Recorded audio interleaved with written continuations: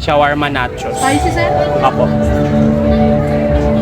Shawarma, buy one, take one. Take out po. Opo.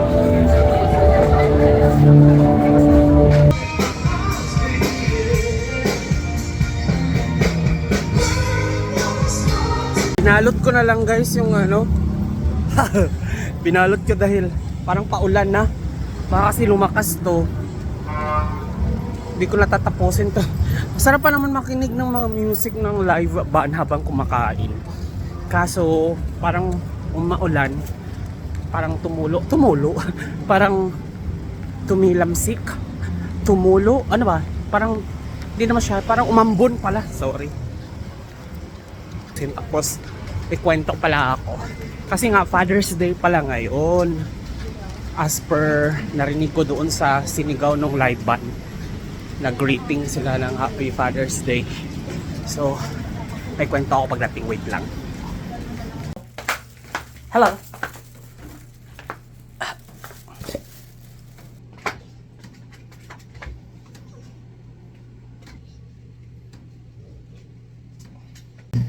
Ay!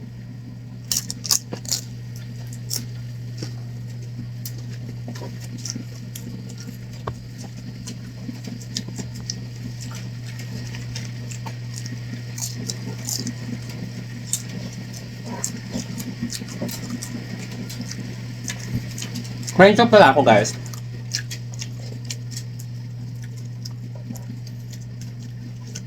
Konti lang yung cheese. Hindi sumasagad sa ilalim. Yung to pala. Speaking of Father's Day. Wala akong hindi ko kilala yung ano ko. Biological father. Kasi nanay ko nabuntis siya, dalaga siya, tapos hindi siya nagkatuluyan, tapos iniwan, parang gano'n. Kasi nanay ko ngayon hindi makausap at hindi nagsasabi ko sino talaga yung totoong tatay pag tinatanong ko. Parang nabuntis siya dito sa Manila, namasukan siya kasambahay, tapos sa Bohol kasama na yung tatay ko. Tapos, yung tatay ko, parang 3 months lang doon. Sabi, babalik daw ng Manila kasi magtatrabaho daw para may pansustento kapag nanganak. Tapos, yun, parang bula. Hindi na nahanap. So, yun yung way of escape. Tapos, speaking of Father's Day kasi ngayon eh. Ang tanging alaala ko na mayroon siya iwan sa Bohol is his Bible. Small booklet na Bible. Tapos, pag inopen mo yung Bible niya, sabi-sabi yung mga kapitbahay ko at ng ninang ko na gala kasi yun eh, bata pa daw, teenager pa. Pag may mga baile-baile, disco-disco sa San Isidro Bowl pag piyesta, pupunta daw yun at nakipagsayaw ng mga dalaga doon kahit buntis yung nanay ko. Tapos, minor pa nga yata daw yun eh. Pumunta ng ano. Tapos yung nanay ko doon was 18 years old. Binuntis ako. Babaero daw. Wala. Parang teenager lang. Tapos, pangalan daw nun ay Arcadio Maceda. Tapos, doon yung nakapangalan doon sa pero wala siyang pangalan doon sa Bible. Pag binuksan mo yung Bible, meron kasing page sa Bible na blank, diba, yung walang sulat. Doon lahat nakalista, lahat ng mga pangalan ng babae at saka mga number. So pwede yung mga ex niya yon or mga phone pal dati. Ngayon yung alaala ko sa kanya. As I grow older, na parang kinikilala kong tatay, Father's Day, Father talaga ay yung lolo ko. Doon ako lumaki hanggang 16 years old. So yun yung tumayo ang tatay ko. Father figure. Until nalaman ko na hindi pala ako tunay ng anak at ako ay apo lang. Yun, medyo I felt incomplete. There's something missing part of me that I'm currently searching. Oh, pero totoo, parang may missing part of me. Hindi ko kilala kung ano yung family tree ko. Tapos they have mentioned na parang taga Bicol daw yun. May itsura daw yun. Pogi daw yun, pogi daw yung tatay ko. Kasi kaya nga maraming babae, di ba? Ang daming babae na page sa page ng ano, ng Bible. Alam, hindi mo alam kung mga katulong yun or mga ano, phone pal, ganon. Tapos kiyaw yun, saka mistiso, pogi. Kaso nga lang, malas ko. Gumana ako sa nanay ko. Nanay ko sa pangit.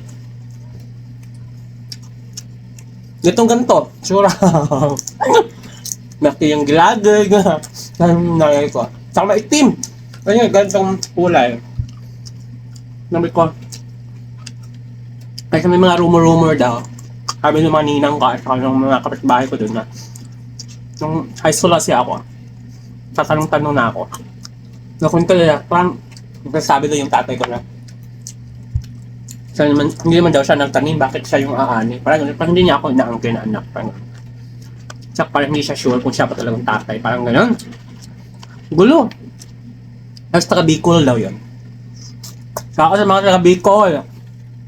Kaya siguro sobrang hilig ko sa Bicol Express. Mga ginataan, mga laing, at mga spicy foods. Kahit may allergy rhinitis ako. Kasi part of my blood siguro ay nasa Bicol. Pero hindi ko na nahanap. Kasi nga, ayaw ko yung mga matulad ako nila Angelica Panganiban, nila Bea Johnson, mga gano'n na. Nakilala nila yung tatay nila. Mas lalong nagalit siya sa tatay nila totoo. Kasi nga, hindi sila parang dininay sila na anak sila. Tapos may isip ka na. Parang, ayoko nang ganun. I have to move forward. Malaki na ako tanda na ako. So, pero may kulang. Pero, hindi na kailangan. Para siguro, curiosity na lang siguro. Para makita ko sila. Pero, since napunuan naman ng biological father ko, ay ng biological grandfather ko, lolo ko, during my adolescence, yung father figure, okay na ako. Pero, naku-curious ako ba kung itsura, ganyan, mayaman ba? Pag mayaman, tahing pera. Eh, kung pag mas mayaman pa pala ako, wag na. Hindi ko nahanapin. Parang gayon. Nyaban nyo. Baka patay na, di ba? Kasi, malamang sa malamang nasa 60 plus na ngayon. Nanay ko 60, ano na eh. 65, 63 pala yung nanay ko. Ngayon, napunta na ako ulit sa Manila. Nakilala ko yung step-father ko. Tapos, yung step-father ko mabait. Nakulit siya sa kanya habang nagka-college ako. Yun lang naman, happy fathers every day. Ay, every day. Happy fathers everyone. At saka sa mga aspiring fathers dyan, huwag niyo pong iwan yung anak niyo ha. Kasi, nagkakaroon ng sugat yan sa mga bata. Nadalhin niya sa pagtanda. Yun nga ako, very solitary ako. Parang kung hindi ako nabubuhay na may kasama sa bahay, parang I don't trust anyone. Parang kinakaya ko lahat. Parang ayoko nang humingi ng tulong. Ganon. Parang ayoko nang tsaka hanap na walang father figure.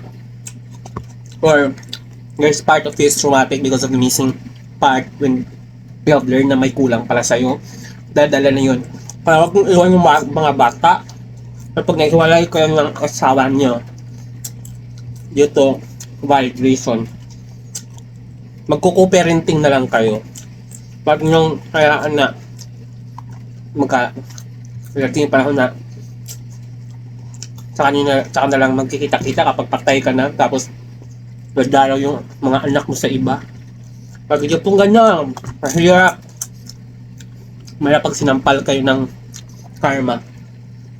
Follow us every day, everyone else. Bye-bye.